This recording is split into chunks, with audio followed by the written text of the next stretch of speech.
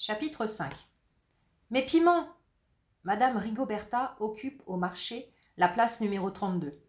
Une boutique étroite et pourtant nommée prétentieusement le sel de la vie, herbes, épices et condiments.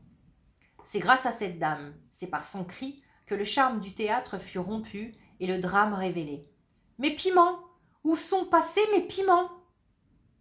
Elle trouva bizarre la phrase qu'elle venait de prononcer, mais ne prit pas le temps de réfléchir à cette bizarrerie.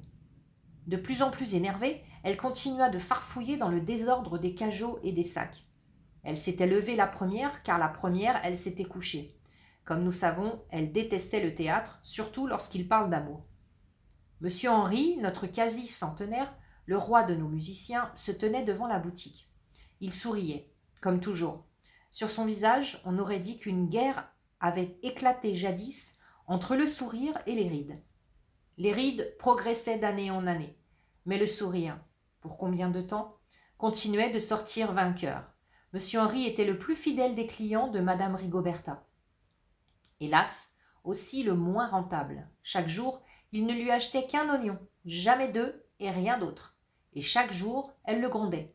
« Vous ne mangez pas assez, monsieur Henri. Quand on vieillit, la vie rétrécit. Elle a de moins en moins besoin de nourriture. Mais pourquoi un oignon? C'est bon pour les yeux de pleurer, et les oignons font pleurer sans tristesse.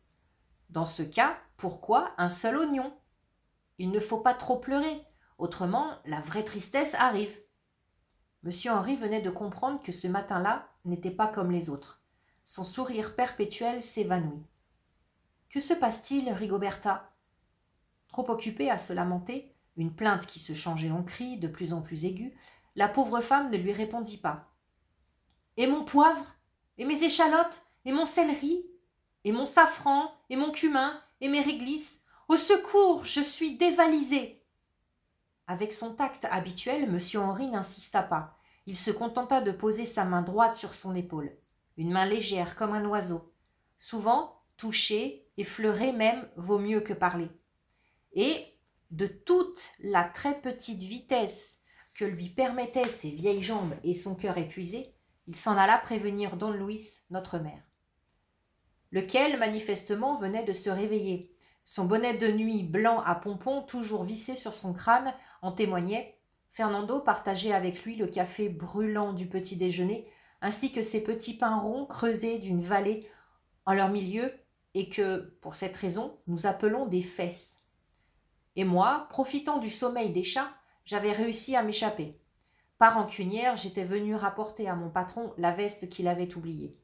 Gentiment, le maire m'avait demandé de rester. « Tu dois être affamée, Jeanne.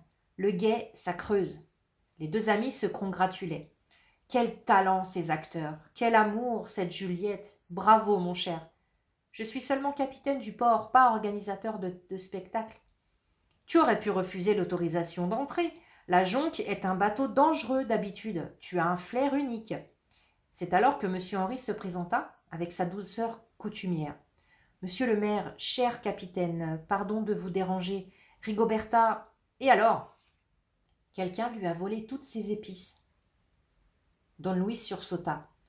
N'importe qui d'autre n'aurait sans doute rien remarqué, mais avant de régner sur notre île, notre mère avait 20 ans durant exercé la noble fonction d'instituteur.